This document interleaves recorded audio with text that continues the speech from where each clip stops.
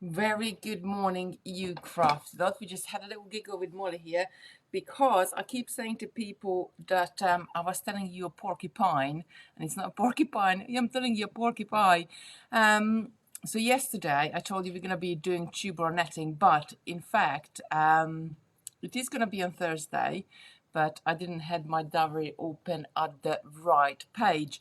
So that's next week. And before I came up yesterday to do the video, I just quickly glanced at my diary and it said Thursday, tubular netting. But that's going to be on next week, and it's not until later on yesterday afternoon when I was looking at the page what Molly set up, which was completely different what I thought it was going to be. So I'm really sorry. I was telling you porcupines or porcupines. We just had a good giggle about this.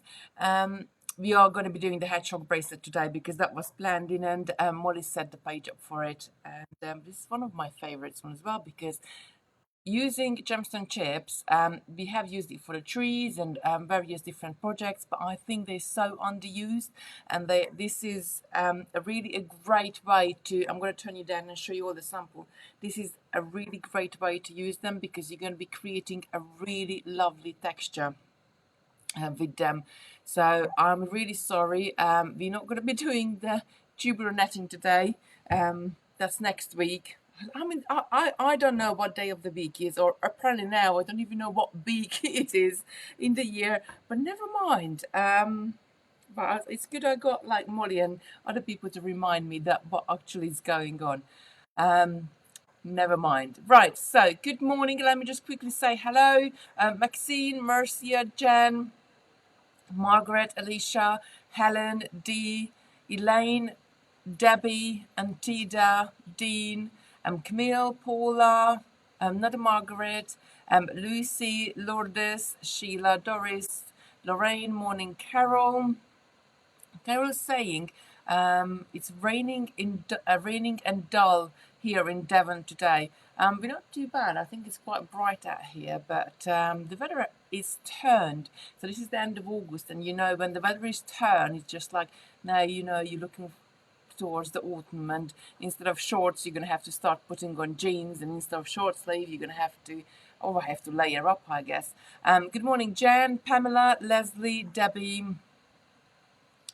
Joe, Susan, Gwen, oh, there's Samina, there's so many of you lovely. Good morning, Brenda, Annie, Oluranti. I hope I said your name right. Right, so let me turn you down and I'll show you the lovely samples we have. I really do love. I really do love these bracelets because they give you such a lovely. I'm just telling you, such a lovely look. I'm just gonna go to quite high up at the moment so you can really see the color, and then I can turn you down to see. I can sort of take one off and show you it in real sort of how I just texture I love because it's really nice and sort of, you know, like a little bit of corally on the top. I have called this as a flower bed bracelet. I also called it a hedgehog. It's really up to you how you want to call it. The technique is exactly the same. So this one is goldstone, and I love this one with this lovely sort of rose goldy seed beads, and on the bottom you got a square stitch base, which we're going to do our little fringing on top of it. Right, so moving on, that's red jasper here. She's really lovely as well. She's got a rose goldy seed bead. Oh, if I turn it around, and the lovely red jasper beads. Moving along, this is a red tiger eye. Now tiger eye does have a little bit of sort of a shine on it, like cat's eye beads, and I really do love using them. And the colors, you got like a dark red at the bottom, and like a root beer color, like a really dark red, almost brown color of seed beads on top. This one I love again. This one is cherry quartz. You have lovely pink and gold seed beads with them. Next one is the amethyst. I love purple, so this is one of my favorites as well. I got one of these, and I got one of the next one as well at home in my jewelry box. This is the blue goldstone. So I wanted to say blue tiger, but it's blue goldstone. So if you can see, if I bring it up, it's sort of a man-made material, but what they do grind down goldstone and they put it in, and you can see there is tiny little specks of them in there. I just really love it. It's more of a navy blue, so it goes with a lot of things I wear. Blue lace agate, again another one of them. This is a very soft blue, like got a little bit of a steely color in there. Again, I love this one. Now the next one, again, I got one of these at home as well. This is the aquamarine one.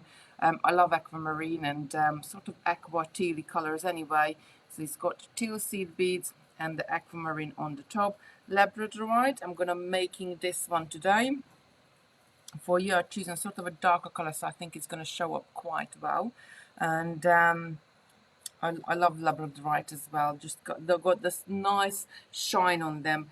This one is the gold quartz. Now, the gold quartz, it says the name in it's gold quartz, but it's more of a sort of natural muted colors in there, more of like beiges and a few little grays in there. And I'm using this lovely seed beads with it.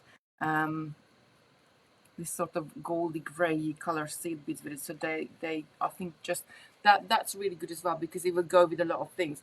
Then you have the citrine. Now citrine are very gold, more sort of a yellowy stone, but it's a sea stew stone, and as you can see, because it's stone chips, and whenever which part of the stone the chip came from, you do have all sorts of different colors in the bracelet. The mixed one is really great as well, because that's sort of quite fun to do. When I did this, it's for me sometimes it's quite hard to do anything mixed like this, because I keep trying to pick up the colors in a certain way, and you sort of just have to say to yourself, no, I just want to pick them up random, so you get a really nice random selection on there. And snowflake, obsidian, that's a really nice one to do. Oops, just slid down. I didn't want to close the bracelets back up, because I didn't want them to get stuck on there, so and not being able to show you. So snowflake, obsidian, black with grey, and then finally this is the white hairline. This is white with grey as well. So two very sort of neutral monochrome ones at the end, which they will go with a lot of things. Right, so the bracelet we're going to be making is going to be actually the Labradorite one.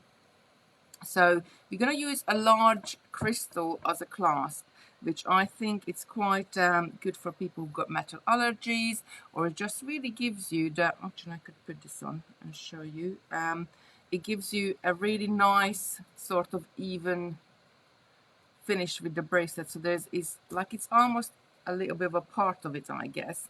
And I love doing this because we're going to make a base first. So we're going to do a square stitch base, and we're going to decorate it on the top.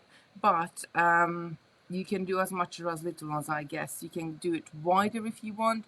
You can do it thinner. You can do it any size really want it to. What I love most about these bracelets, because you're adding quite a lot of seed beads on the top, and you're adding your stone chips as well. So it has got a really nice weight to them. Let me just take this bracelet off.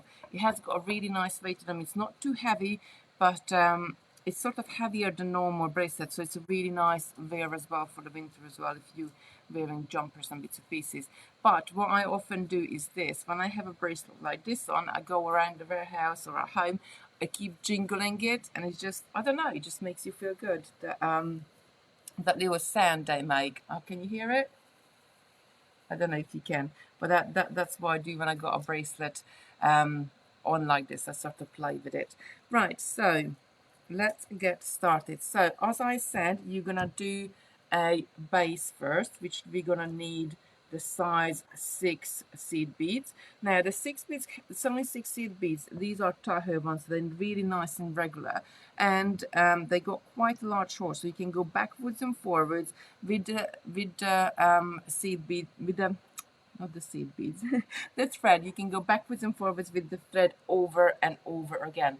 Let me just pop myself into the corner here so you can, it was quite nice yesterday that you can see me at the same time as I was doing the demo.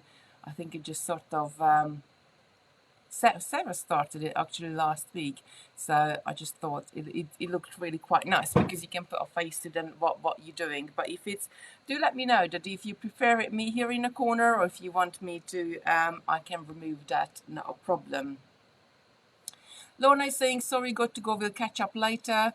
Diane is asking Molly question, what day will netted pearls be on? Don't want to miss.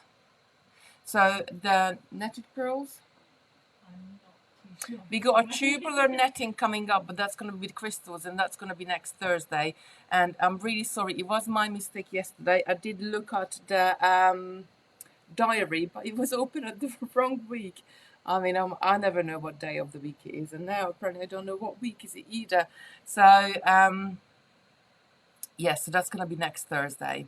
But she's saying, good morning, anybody. Lorna, see, mine was a lovely amethyst color, but these new colors are great.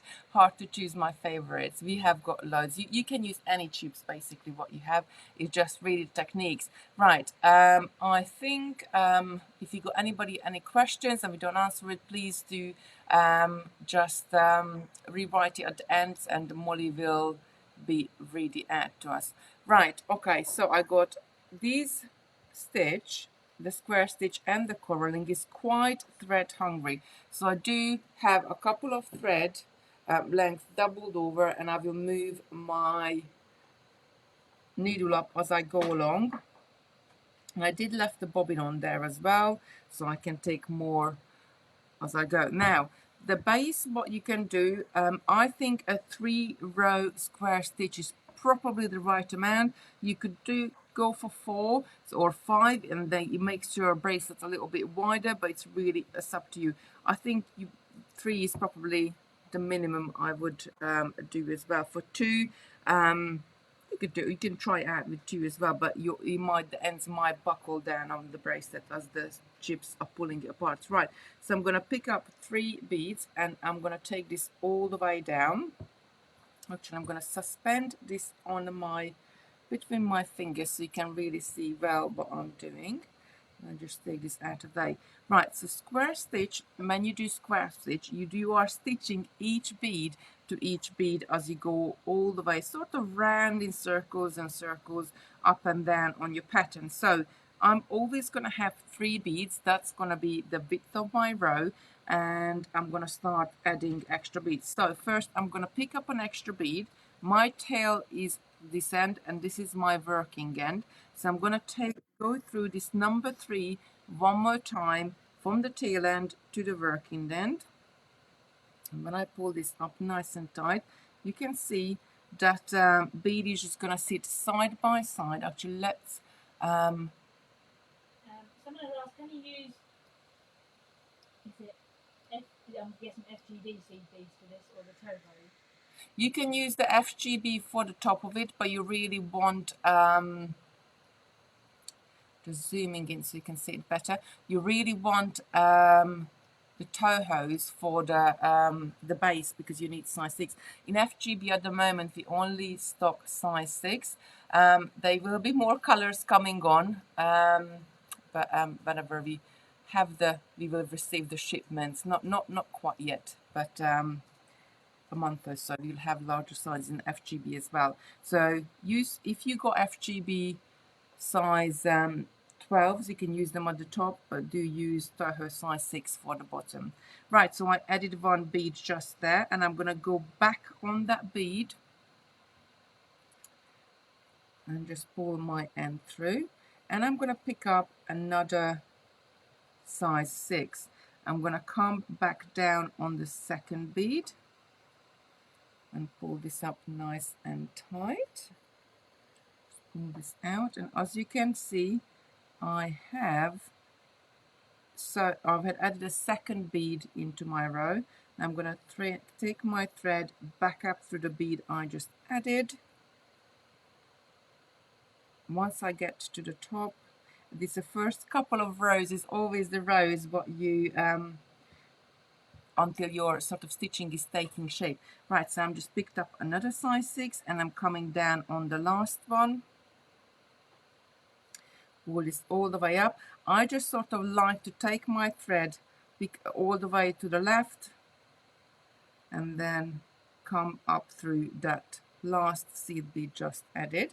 Now before, this is row 2 done. Before I move on to row 3, what I'm going to do, I'm going to come back down all 3 of row 1 and go back up all of row 2 just to sort of really bind them together, really stitch them together, and that's it. That's how you do square stitch.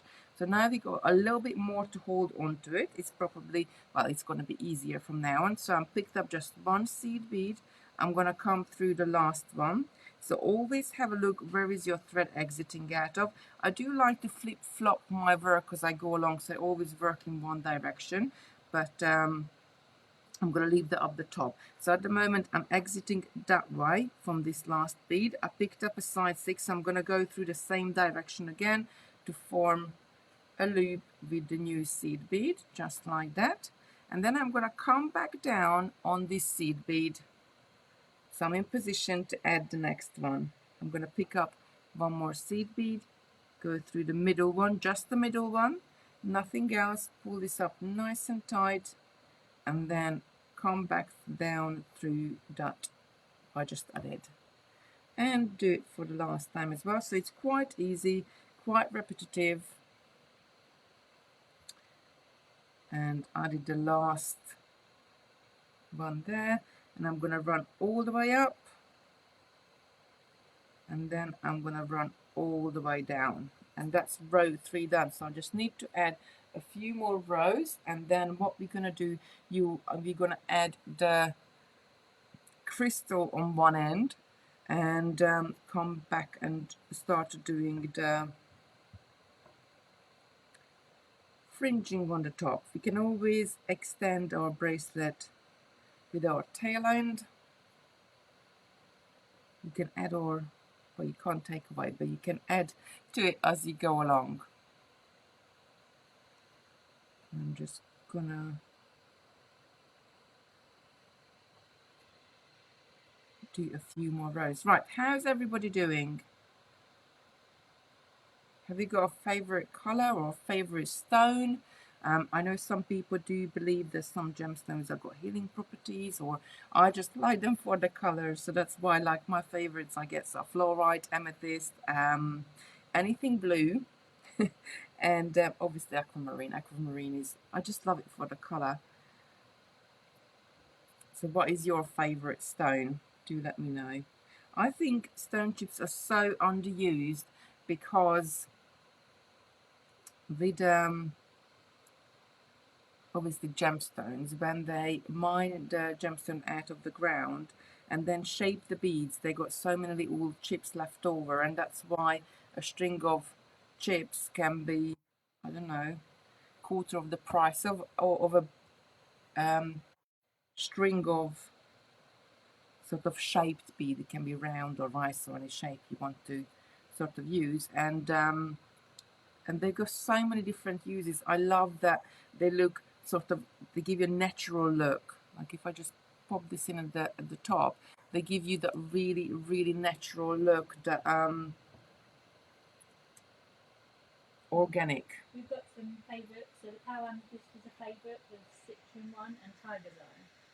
Ah, is the red tiger eye, or have you got brown? I haven't got brown tiger eye, but I suppose you could put it on there. But it doesn't have to be just the colors. We've done any color or any gemstones you like. Rose quartz is got. You haven't done one with rose quartz, have you? Maybe we should do one with rose quartz. That's sort of quite. I love rose quartz as well. I got this rose quartz heart in my bedroom, just as I think I picked it up in one of our supply trips, and it just sits on the mantelpiece.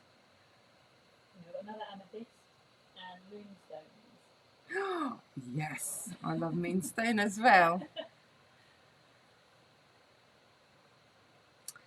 Love a bit of moonstone. So again, using the chips can be, you know, a really more of an inexpensive way of using your favorite gemstones, and there is so many different uses. We did a chainmail sort of little pattern with it some time ago. We did the trees with it. I mean, you can just use them as spacer beads, you can just straight string them. The possibilities, what you can do with it is quite a lot. Suzanne and Camille said all of them. All of them, yes. Actually, that's me. All of them. I like all of them. It's when I like take home something that take home stuff to make for Facebook Lives, or if I'm working on a project, and I take home. And Simon found my I think it was 3 or 4 trays of gemstone chips the other day, and he was like, "What's this?" I was like, "Well, you know, I did that video about a couple of months ago, and it's like, you know, they're just like, you know, they're the colors I was showing off, and I didn't use." And it's like, "Aren't you supposed to take this back?" And I was like, "Yes." So like, all right then. So he put it in the kitchen. I had to bring it in next day, but I just loved having it in the study. The all the different gemstones we do. So, but I brought it back now. Could you get moonstone? We have got a moonstone glass. So moonstone comes in all sorts of different qualities, and the one which is the one which looks really, really nice is actually not a natural moonstone. It's more like a synthetic mixed with natural one, and that has the most amazing shine on it. But natural moonstone, what you in cheap format, you don't really. It just looks like really milky. It doesn't really have much shine on it. So I think we got a glass version of it, haven't we? Molly's just gonna have a look. We just unpacked. Well, we are in a process of unpacking the shipment. I'll keep saying order, but it was like 207 boxes or something ridiculously high number like that. Unpacking it now, and I did pull my back on Monday, sort of trying to lift the boxes, and we got the most amazing beads in, and the stone chips are just topped up, and I think we got a few new ones. Simon just given it to you to photograph, haven't you? Yeah, which I think might be some moonstone. Yeah. Pictures, but they're already saying on the website. Okay. So that's pending at the moment. So keep an eye on the website, and Molly might have just photographed some moonstone and gonna be going on there. So as you can see, it's quite easy to stitch. I don't really have to think about it that much. I'm just keep going on. But the structure we are making is really nice and strong, so you can't really sort of pull this apart. And even if I cut this at any point with a pair of scissors, the beads wouldn't fall off because you went around so many times. Obviously, we'd have to reinforce it, but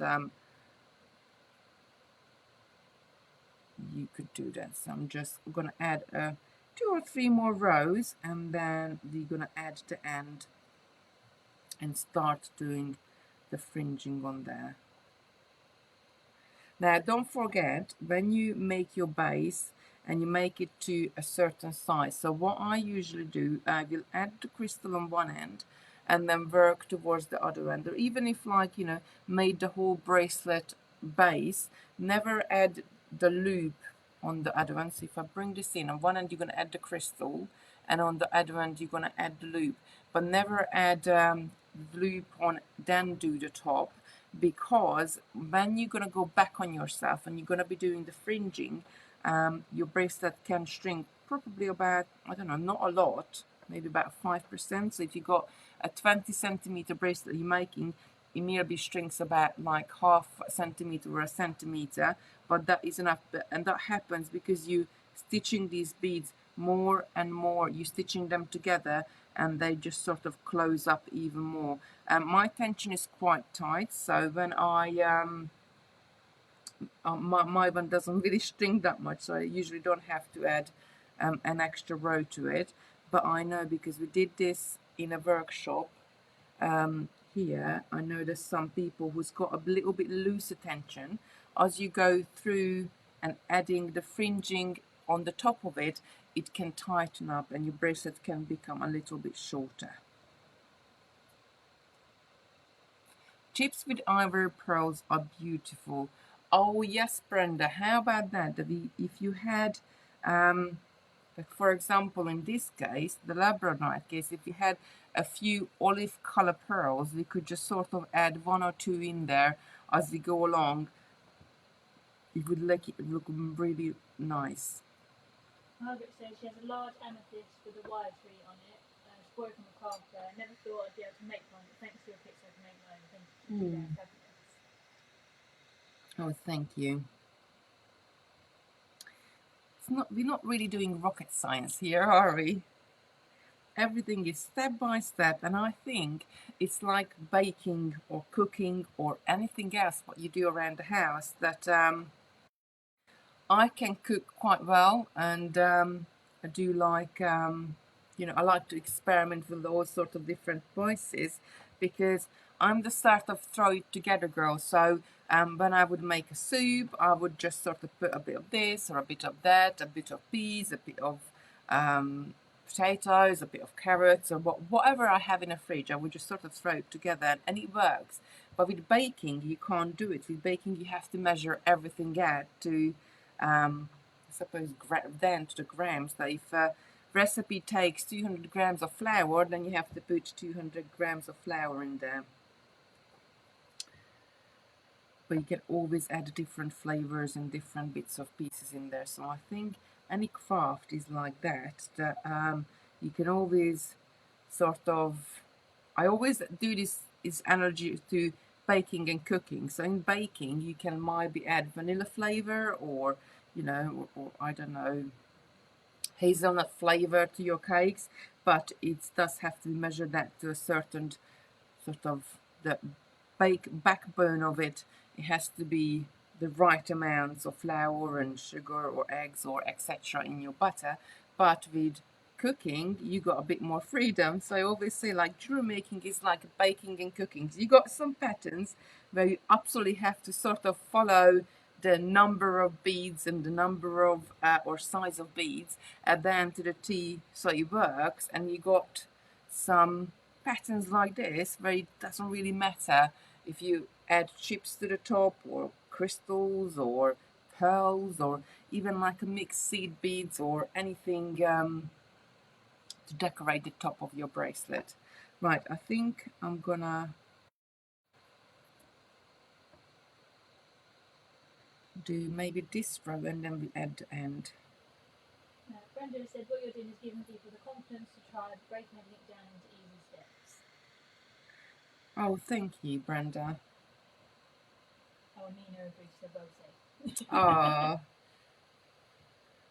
I think, like, it's an end of the day, it's not rocket science. We all, if it's done, then other people can do as well. I mean, if you think about that, in the olden times, that only certain amount of class or a certain amount of people were able to read and write, and now everybody can read and write, I guess. And with stuff like this as well, because we got the power of the internet, and I'm so sort of chuffed about it. And sometimes it's really hard to get your head around that.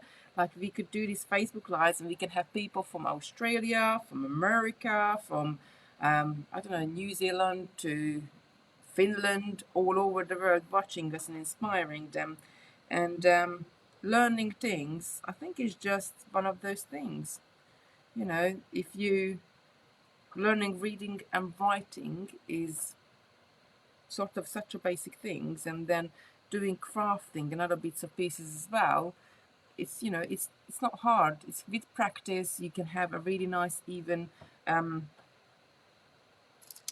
size of there's my crystals. I'm just looking for my crystals.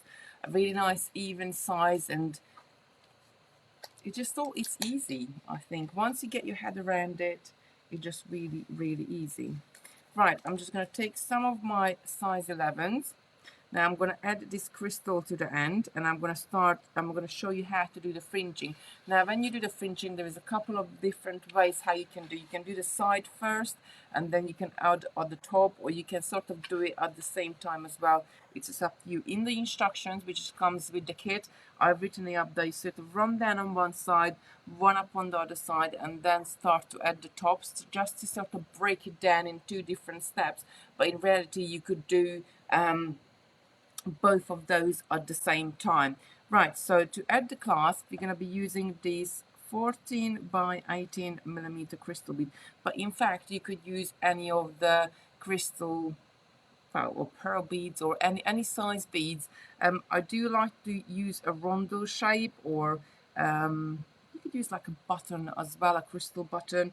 Round shapes, I find that they tend to, the loop sort of tend to unhook from it easier, and yeah, so any size you want, we're going to adjust the loop on the other side to house our crystal here, and that's why we are adding the crystal on first. So excuse me, what you're going to do, you're going to pop back, go through the row before, and then come back through on the last row, but only on the first seed bead. And then I'm going to pick up.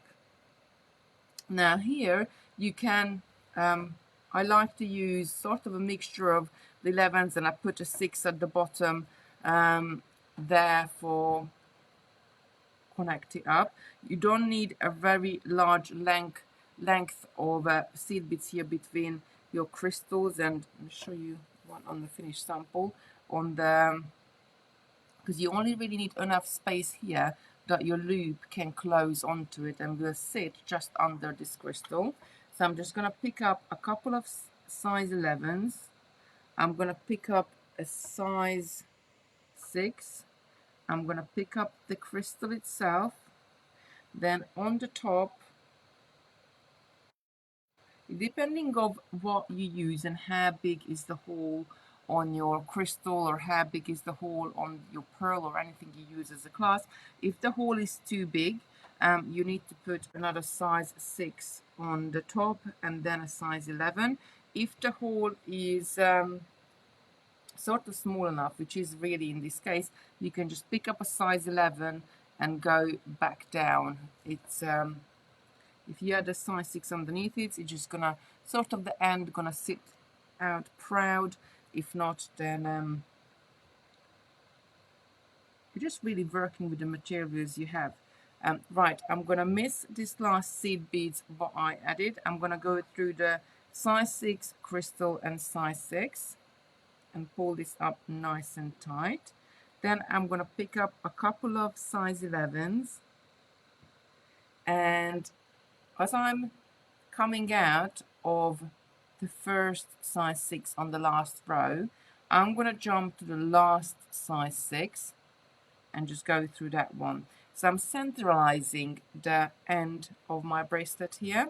I like to then reinforce any of the thread paths I created here. So I will go down on row 2, come back up, and I often not just sort of sew it to the first bead, but I will go through the first 2, then go all the way up to the end. So in this way my crystal button is so, well, crystal bead what I'm using as a button is sewn to all the beads in that row. Just going through all the beads and coming back down, then going through the other 2 seed beads. And just turn this around. We have someone from the Netherlands watching, and Oh, Mina's cousin from the Fiji Islands is watching. oh, we are international again. And I'm just going to come back through the middle and that last bead and pull it tight. So my ends are sort of sewn to all of these beads here on both sides. I usually you know, I like to make this really nice and strong. So I would go through maybe 1 or even 2 times just to follow this thread path. I might even weave my thread down a couple of rows and then weave it back up just to make this end really nice and strong, because that's, don't forget, your clasp is where you tag your bracelet the most. When you, that's constantly when you take it off or put it on, that's where there is a more stress on your thread.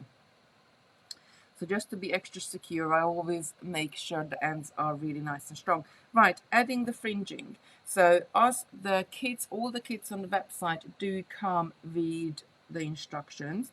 And as per instructions, what you can do to either just sort of add the sides all the way down, then come back up and add the other side of the fringes, because the fringes are made up these little sides which is sort of sit between the 2 rows there, and then it's made up of fringes which is sit on top of each of the beads. Now, how can I pull this up?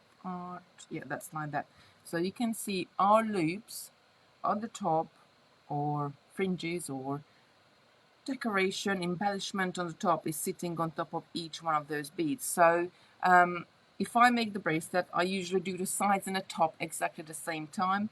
But I made a few, so I know where I am, I guess, standing. If you're brand new to this, just run down on the sides and then come up and do the top. So running down on the side, we're gonna start by picking up. Now again, you could make these ones a little bit shorter, or you can make them a little bit longer. I tend to make the side ones a little bit shorter, and the top ones are, oh, sorry, I'm out of camera, offshoot, the top ones a little bit longer. So it's really just up to you. You could do shorter or longer lengths. You could also graduate it to do sort of a little bit longer length in the middle of your bracelet and shorter one towards the ends.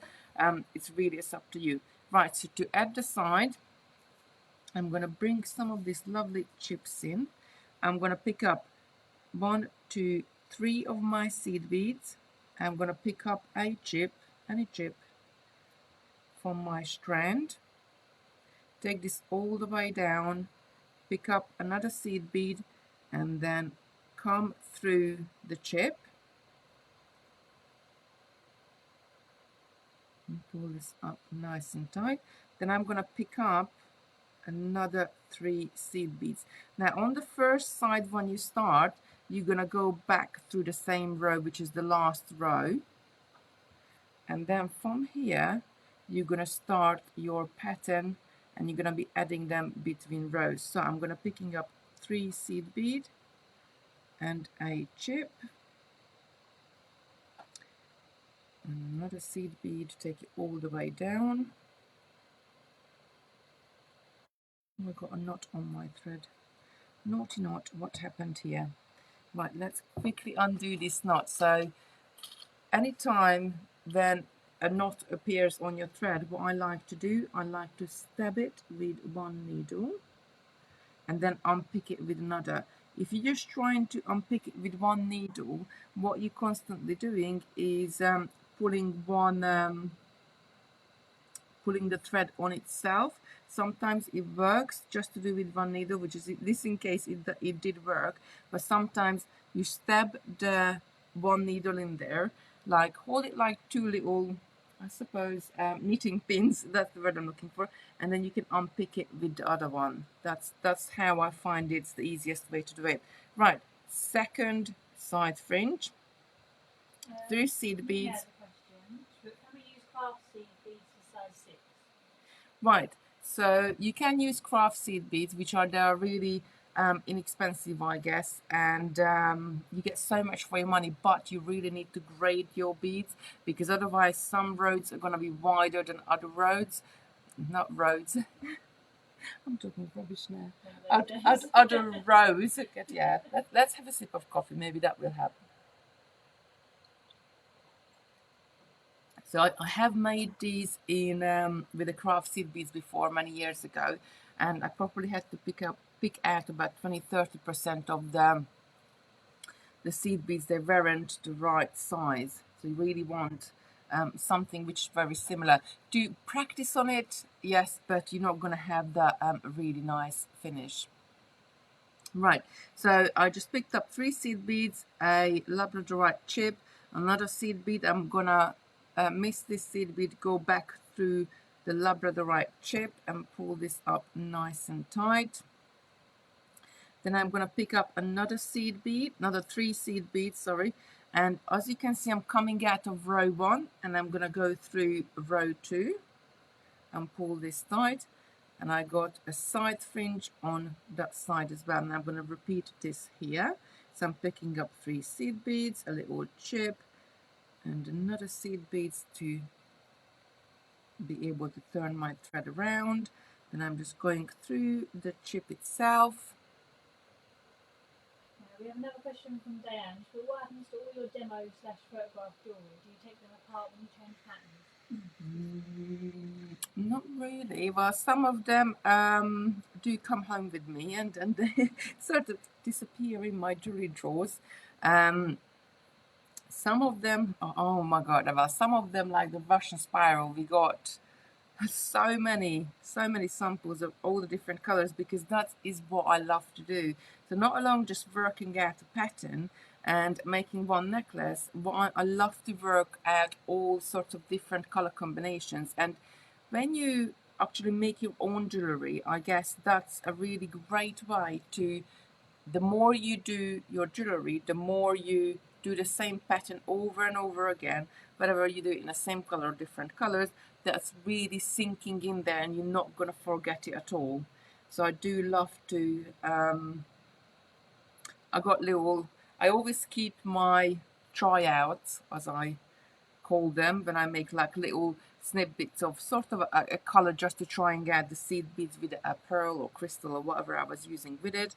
And I got a big box here, and I got a couple of boxes at home now of this little tryouts.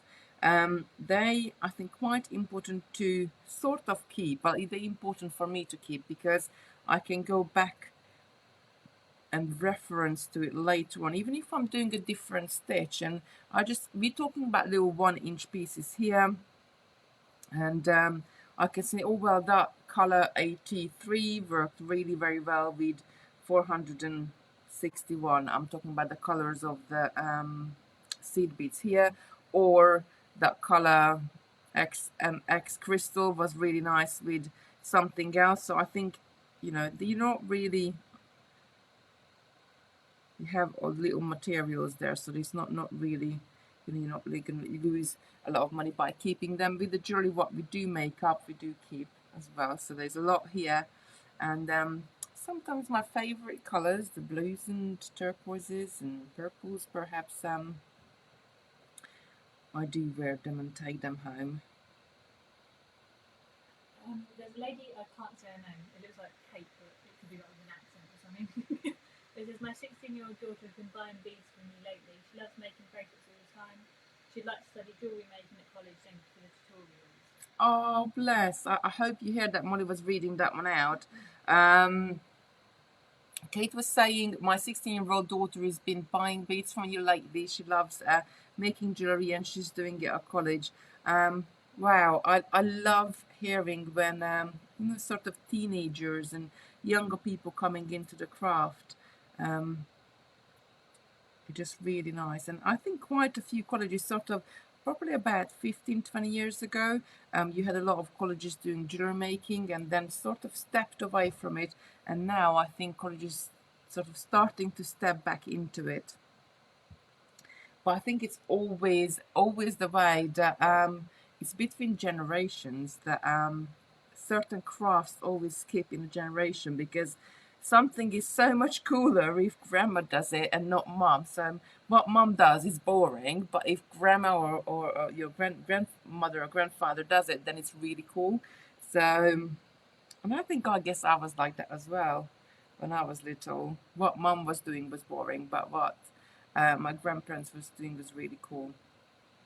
It doesn't, like, I'm talking about any crafts or anything at all.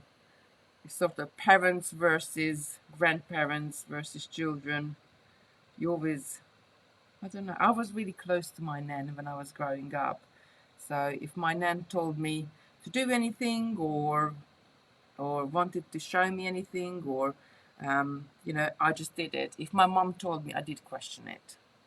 But I guess my daughter is exactly the same. Right, so I think you sort of get it how to put the side. Although I'm saying I started my niece at the age of 11. I think sometimes when the younger they start, the further they go, because they enjoy it and they get the confidence in there. So I did the sides, and I'm just gonna weave it back up to the top and show you how to add the ends, the tops. Now I would, if I did this, I would go all the way down and add my loop on there perhaps, and then turn around and just come back up with them. Now I'm gonna go with my thread, I'm gonna go back up to the top just so I can show you from the end how to do it. Just sort of save some time so you don't have to see me here. A bracelet like this probably would take me about maybe 3 hours to make, so I don't want to bore you for 3 hours. You don't want to just sort of watch me stitching and hear me talking. So I'm just very quickly running back up to the top, but when you make yours you will be down on the other end. Right, so at the end, on the last rows, I like to add an extra little decoration. If I show you on this finished sample, just sort of, because when you're wearing your bracelet, they always, your little spikes or your little embellishment is always sort of tend to flap to one side, and if you add an extra row at the end, this one got it, this one hasn't got it on it. Yes, it has. There it is. You add an extra one on the end that just forces the one which sits on the top to sit further up. So on this one, I got an extra one on those two at the end. But it's up to you. Probably that is just me being a bit OCD sometimes with my beading. Just little bit of tweaking. Right, where's my size 11? I need a few more size 11s.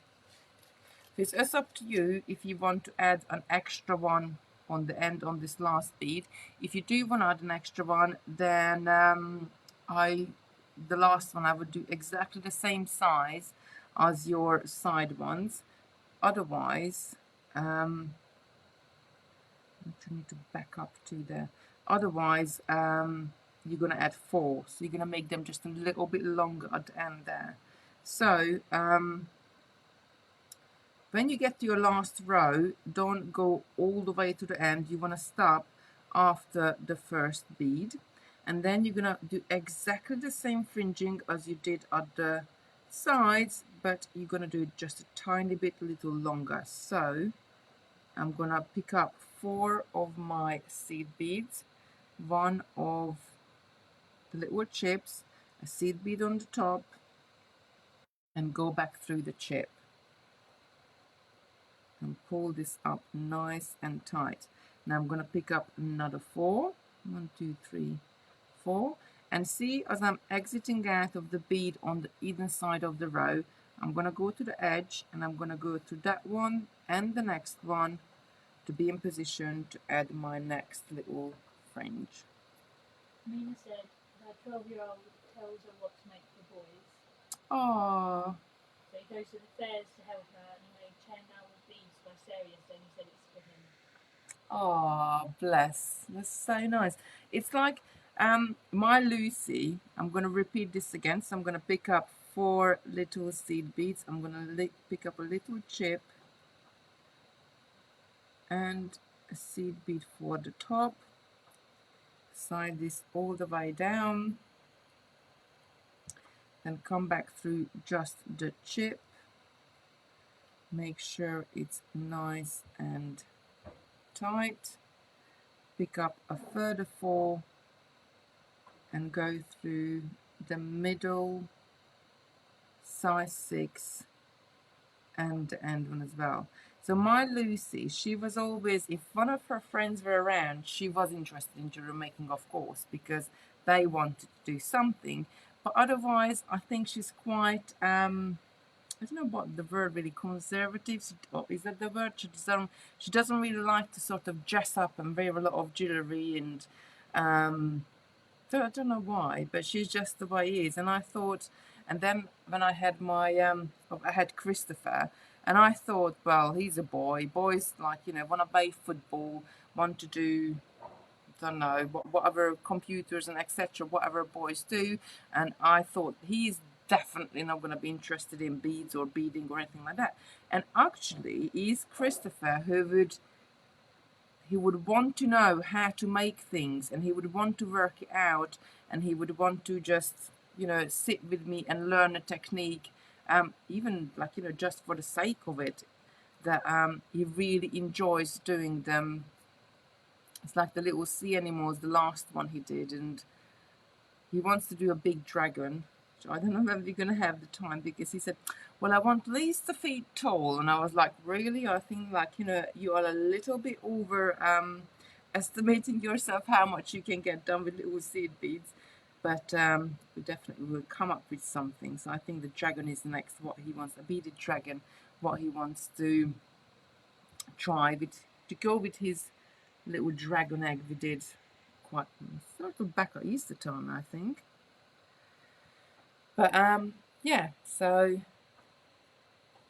I think if they're that, Lucy likes to sort of, if it's an interesting color or interesting material, then she will be interested. But I think she's more warming towards other materials. Like, she quite likes to use sort of painting and coloring things. Like, no, I mean, we have some we made some little fairy doors which were on MDF, and we had to paint them, color them into different colors, so she really enjoyed that.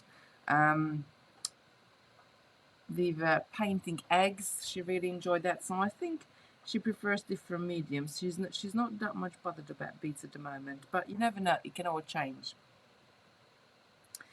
I think the sooner we get them into crafting when they're small, the more used to they're going to be to that material, and it's going to be like a second nature to them.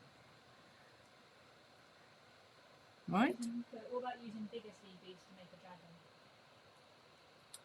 I think it needs to be the small ones. I think it needs to be the size 12s to look really good and use different colors. And we're going to have some thicker wire to support it, because obviously there's going to be a bigger one. But we see what we're going to do. I mean, he made a list. He made a list to do all sorts of different animals.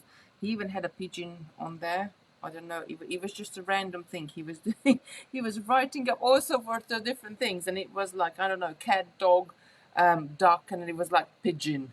And I was like, what category are we going to put a pigeon in? And he was like, well, we can put it in as a city animal. I was like, yeah, really? I think we could.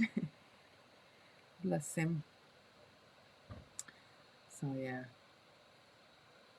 Right, so that's how you put the fringing on the top. Now, when I sort of pull the thread through, the only trouble you could run into is that as you're pulling your thread through, you loop your thread over another little fringe. So if I'm just pulling this through, and if I left this sort of, and we didn't do it this time, but what it can do, the thread can wrap around a previous fringe you made.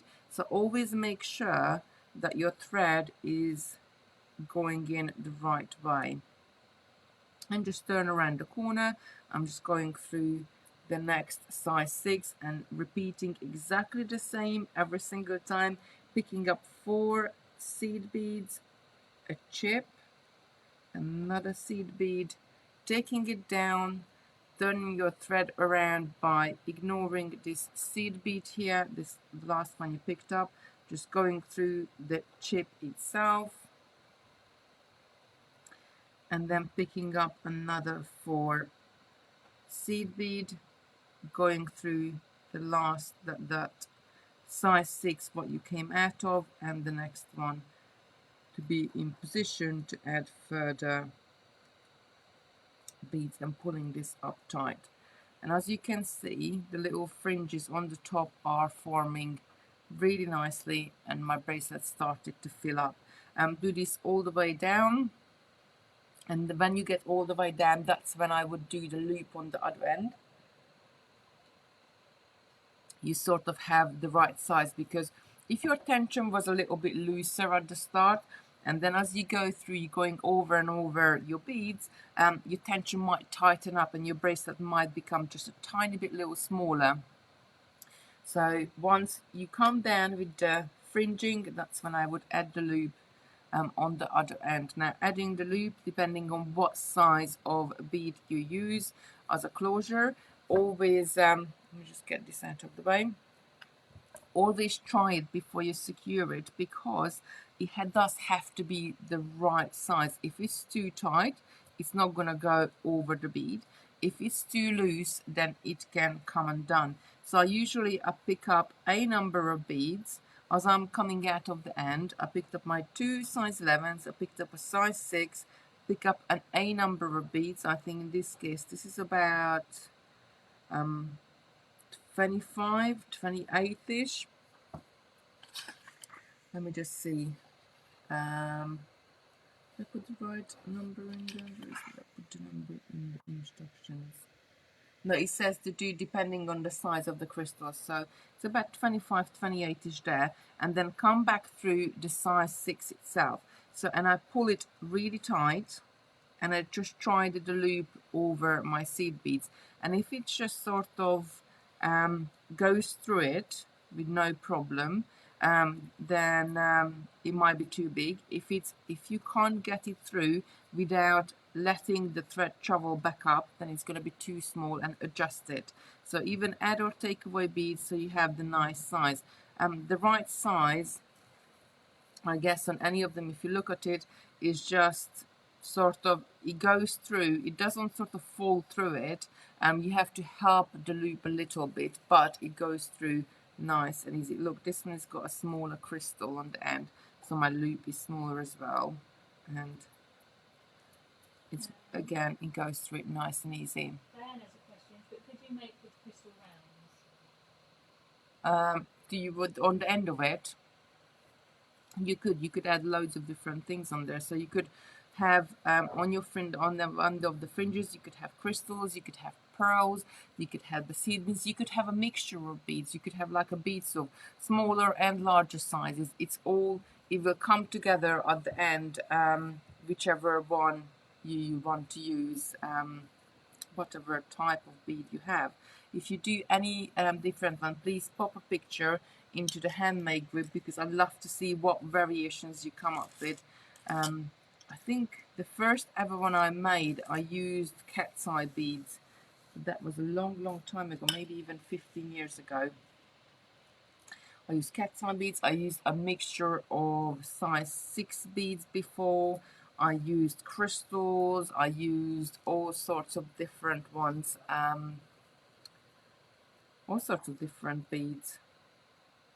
I like the stone chips the best, I guess.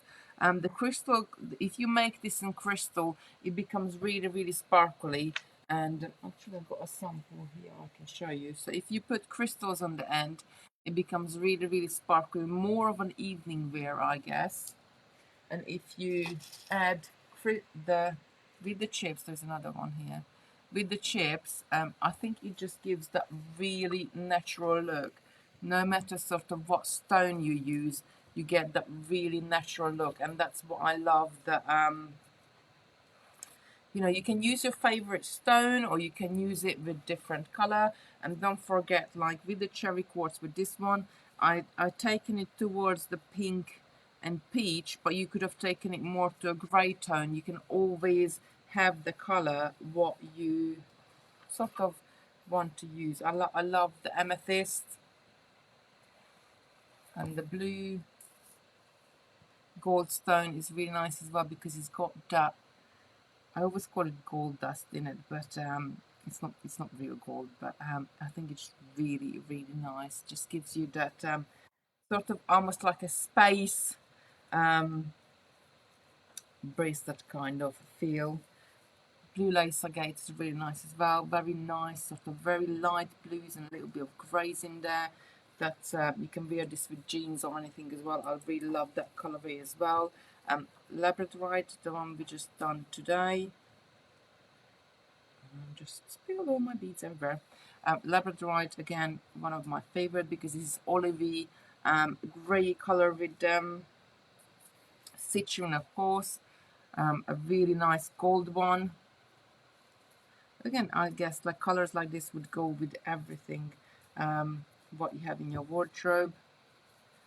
This one is the, what was this one called? Gold quartz, that's it. So it's called gold quartz, but it's the color of it is more sort of a grey beige color. Aquamarine, that's a really nice one again. And the two last one I have here is the snowflake obsidian and the white howlite. So that's it. So we got, oh, the mixed one, don't forget the mixed one. The mixed one, which is on the string, it's got all sorts of different colors of gypsum there. So you have a really, I think, mixed bracelets and mixed colors like that. I'm choosing the green for the base and the little spikes. So this one is really look like a flower bed, I guess, with all the different colors of flowers on there.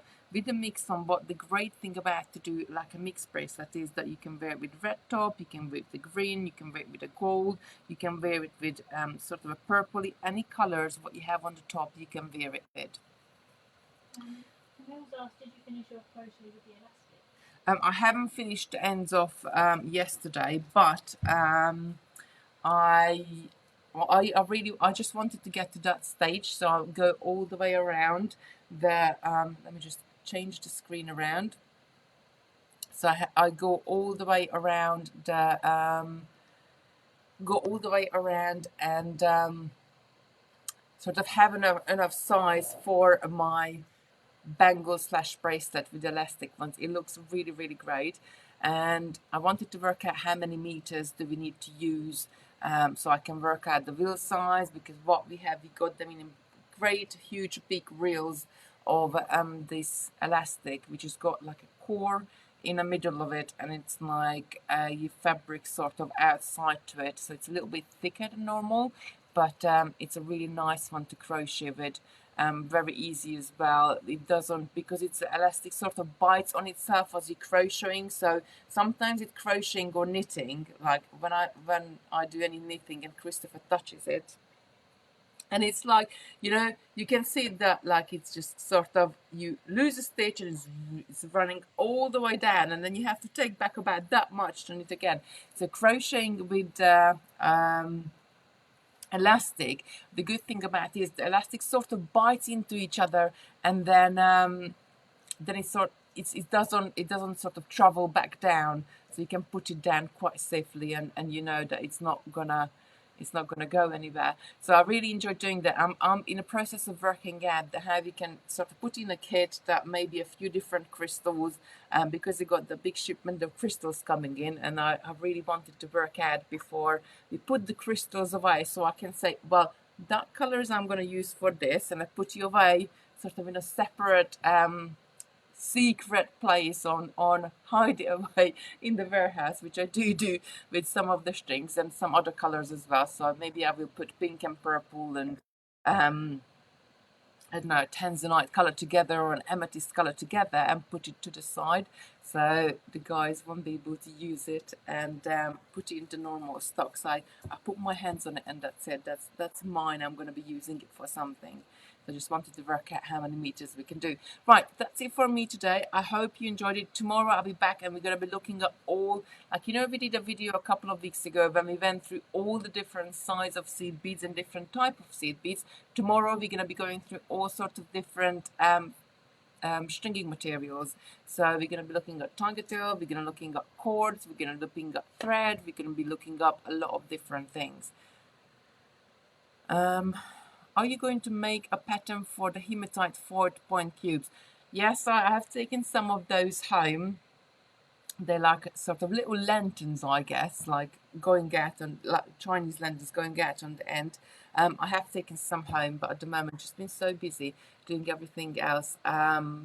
You know, it's I really I need a week at home and just sort of sit in the office and try out all the different bits and pieces what I taken home and all the different beads and just sort of sit down and just design things because at the moment, be it the shipment and everything else, I'm just really busy. Right, that's it for me today. Oh, Margaret saying my scarf made with your yarn. That to me didn't notice till I had nearly finished. Oh no! And that one is quite easy because you got the loops on that yarn. And I need to send. I bought the pillow in. I need to send it up to Sarah because I'm sending a parcel up to her today because she was gutted. She left. I made her this nice pillow cover with the yarn, and then she was so happy when she lifted. Right, that's it for me today. I'll see you tomorrow. We're gonna go through all sorts of stringing materials. It's gonna be a nice educational one, I think, for you to see. And I already asked Simon to give us some bundles on certain bits and pieces because I know, like flat elastic, it comes in so many different colors, and we use it all the time, and other bits and pieces as well. So I don't know what he's decided yet, but I will go and find the ad for you. Have a lovely day, everybody. Stay safe and keep on crafting. Bye.